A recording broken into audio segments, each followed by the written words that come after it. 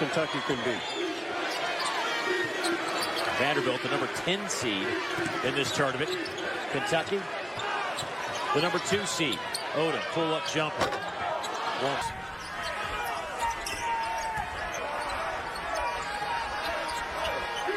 And Arkansas has not been overly efficient in their half-court offense. Kentucky's defense has actually been pretty good. The Wildcats' problem is they haven't been able to set the defense very much. Shot clock at 4. Powell. School. This game is going to get better and better whether they're playing in the NBA. 1 minute remaining first half for Leota. Can't get the lob, and Wiltshire counters with a tray. Rice behind the back. Steelers coach.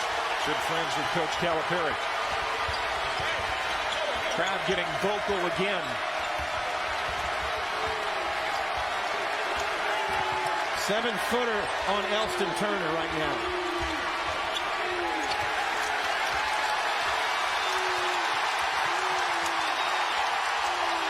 Deep three for Turner.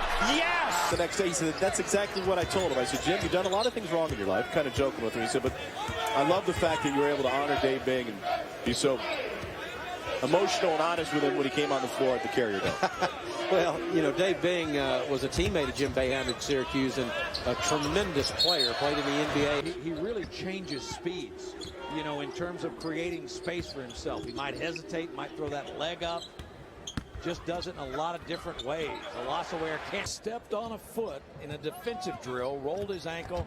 Talked to him just before the game. Really disappointed about not being able to play here tonight, Mace. Yeah, it was just a freak accident. They were kind of getting ready to walk through a 1-3-1 zone defense and just took a step back and just went down hard. And you could tell he was in serious pain and was laying there for a while. Now, as you said, with the boot, hopefully he'll be back quickly because they've got some good games coming up. I don't know that he's going to be back quickly enough. Green Bay played one on the road in the MAC this season. Love the fact that he goes out and gives those small schools a chance. He brings a tremendous program to town. That first half with the energy starting to show itself again here last few possessions. His first 2 points of the night. Another three by Southwell. Virginia, for me, it's my jet. I can put up with who I want. Those are the 4 teams I say, go ahead, store your luggage, fasten the seatbelt. We're going to take off in a couple of hours. Wilbur can have that three halfway down. Gaines and Mann have tried to step up, but they're just not playing the way they're capable of, at least as scorers. Mann will try it out the window. He had a good week last week. Averaged 17 points, 6.5 rebounds a game. Brad, the ball wasn't hot that time for Kentucky, but at least it was warm. At least there was some movement and not so much holding on to it and staring people down. Here's a guy that really hasn't gotten off tonight after having a great week and a half, and another block. 12 on the shot clock for LSU. Hickey out top. Calls for the ball screen from O'Brien. They got the switch. No matter raising up. And they get. Right now he's on the left side of the floor. At the elbow. Yeah, and interesting that Randall is not on Johnny O'Brien because he's shutting down the last 2 times. Oh, they cleared it out for him and he got blocked. Kentucky out in front here early.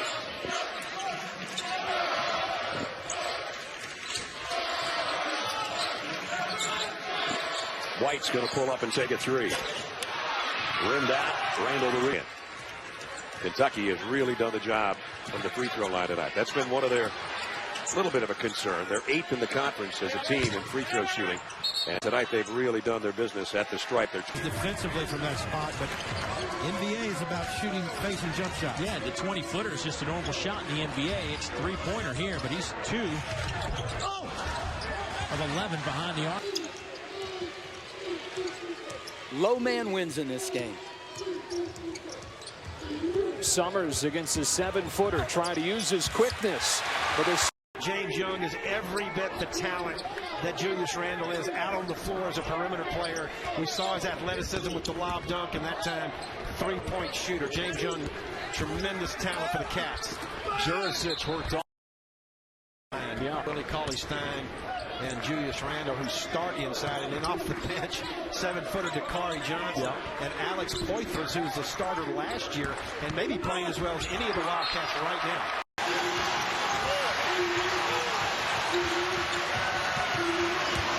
Final 7 seconds.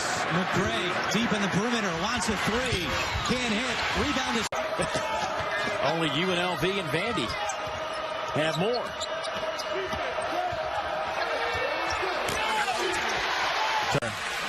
I'm going to give him the benefit of the doubt. I thought he got a little lucky with that one, but the young man is very skilled and crafty with his ability to finish in traffic. Here's Smith. Over Cauley, Stein, and off on the three.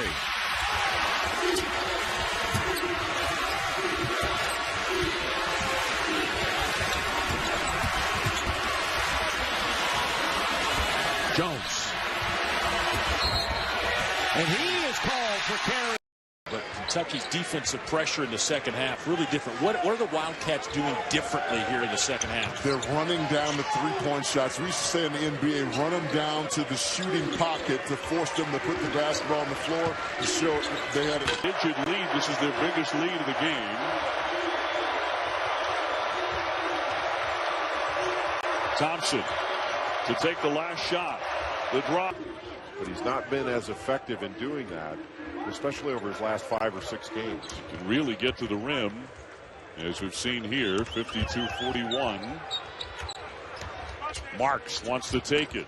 Pretty good at moving the ball. If they make threes like they did in the first half, then they become really difficult to guard in that zone. But the ball movement, very good. Austin goes left hand too strong. Douglas will run the point with Lewis on the bench. Here's Bryn Forbes. Great range on his shot. Takes Cauley up on back-to-back possessions, allowing Kentucky to cut it to 5.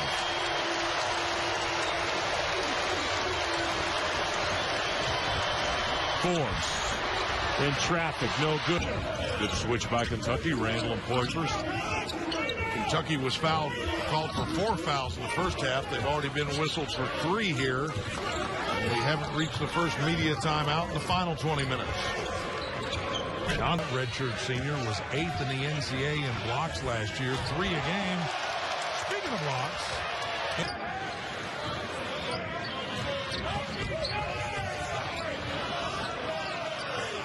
First time the Kentucky lead has grown to double digits.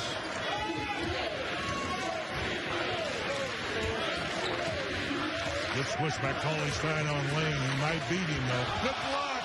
Oh, my goodness. What a... Chris Walker in. And Devon Finney-Smith. Don't forget, coming up, UConn and Louisville. Right after this one comes to a close, you can watch it live right now on CBSSports.com. 82-63 the score, and Hill is fouled. We'll know that as we're down to 2:35. You asked Mike Anderson today, Coach, who gets you a basket late in a close ball game? He wasn't real sure, was he? 3 o'clock this afternoon. And they weren't real sure against Florida. I watched you do that game, and I thought the same thing at about this point in that game. It has to be the offense. The offense has to move. It can't be one-on-one isolation. Madden with the left hand. Portis keeps it alive.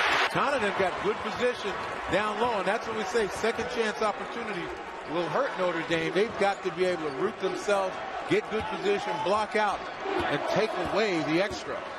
Connaughton is a deadly three-point shooter, but he's also a great rebounder, has 4 tonight as Grant misses. Advantage will take place along with the rebound, but right now, Notre Dame is out-rebounding Kentucky by 2, and they're out guarding them inside with the heart that they have. See how much room Cauley Stein is giving up, and Jeremy Grant trying to time it. It'll be interesting now to see what Notre Dame does as this game gets close. Astoria check by Booker. Here's Connaughton now. He's got the 7-footer Cauley Stein on him. And Connaughton somehow gets one up. Pretty much like Kentucky is. Under a minute here. 25 for Towns. They've been going away from Connaughton. We'd love to see him in the high pick and roll, throw it back to him and let him go to work. Grant with the 7-footer on him. Shot clock to 7. Grant gets it back. Cauley Stein still checks him, and he blocks the 3 attempt. And that is going to be out of that time. Kentucky just didn't like it. Gave a little forearm shiver. Offensive foul. So West Virginia in possession. This the point guard, Jawan Staten. Holton up top.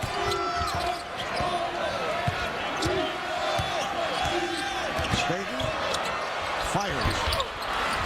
Rebounded.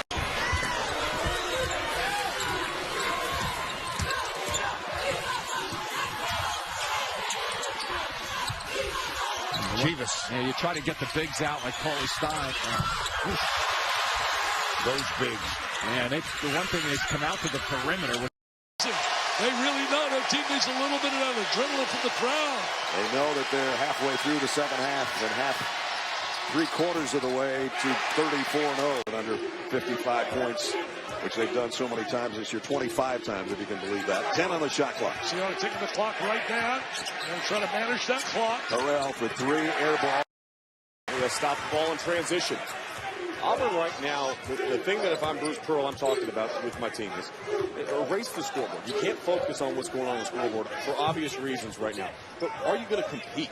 And where do you show a level of competition? Is it the offensive end or the defensive end?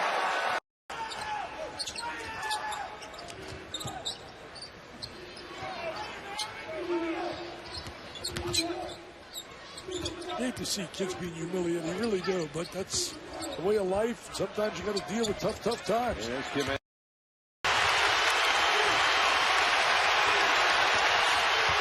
Summers. Kept it alive, but barely.